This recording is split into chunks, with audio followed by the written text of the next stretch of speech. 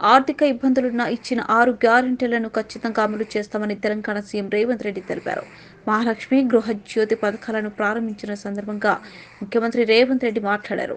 కట్టెల పొయ్యి నుంచి మహిళలకు విముక్తి కల్పించాలని ఆనాటి యూపీఏ ప్రభుత్వం భావించి 1500 రూపాయలకే దేశంలోని పేదలందరికీ గ్యాస్ కనెక్షన్లు ఇచ్చిందని గుర్తు చేశారు.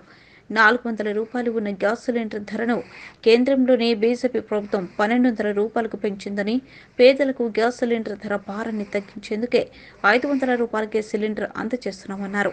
సివిల్ సప్లైస్ కు సంబంధించిన అధికారులు, అదేవిధంగా ఎనర్జీ డిపార్ట్మెంట్ కు సంబంధించిన అధికారులు చాలా రోజుల నుంచి వివిధ సంస్థలతో సంప్రదించి మాట్లాడి ఇది ఏమాత్రం పేదలకు ఇబ్బంది జరగకుండా పేదలకి పథకం సులువుగా చేరే విధంగా వాళ్ళు అన్ని రకాల చర్చలు జరిపి కేంద్ర ప్రభుత్వంలో అమలు జరుగుతున్న పథకాల నుంచి వివిధ రాష్ట్రాలలో జరుగుతున్న పనితీరును కూడా గమనించి అధికారులు పేదలకు వెసులుబాటు కలిగే విధంగా పేదలకి పథకం సులువుగా చేరే విధంగా విధి విధానాలను నిర్ణయించి ఈరోజు ఈ పథకాన్ని ప్రారంభిస్తున్నాము.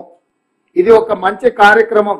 ఆర్థికంగా చాలా ఇబ్బందులు ఉన్నా, ఆర్థిక సంక్షోభాన్ని రాష్ట్ర ప్రభుత్వం ఎదుర్కొంటున్నా శక్తి కూడగట్టుకొని దుబారా తగ్గించి పేదలకు సంబంధించిన సంక్షేమ పథకాలు రాష్ట్రం యొక్క అభివృద్ధి కోసం ఒక క్రమ పద్ధతిలో క్రమశిక్షణతో నిధుల కేటాయింపులు చేపట్టి మా ప్రభుత్వం నిబద్ధతతో ఉన్నది.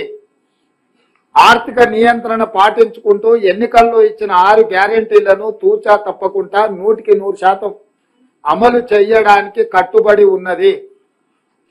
ఎవరు ఎన్ని తప్పుడు ప్రచారాలు చేసినా, ఎవరు ఎలాంటి మాటలు మాట్లాడినా, ఏది ఏమైనా శ్రీమతి సోనియా గాంధీ గారు మాట ఇచ్చిండ్రు అంటే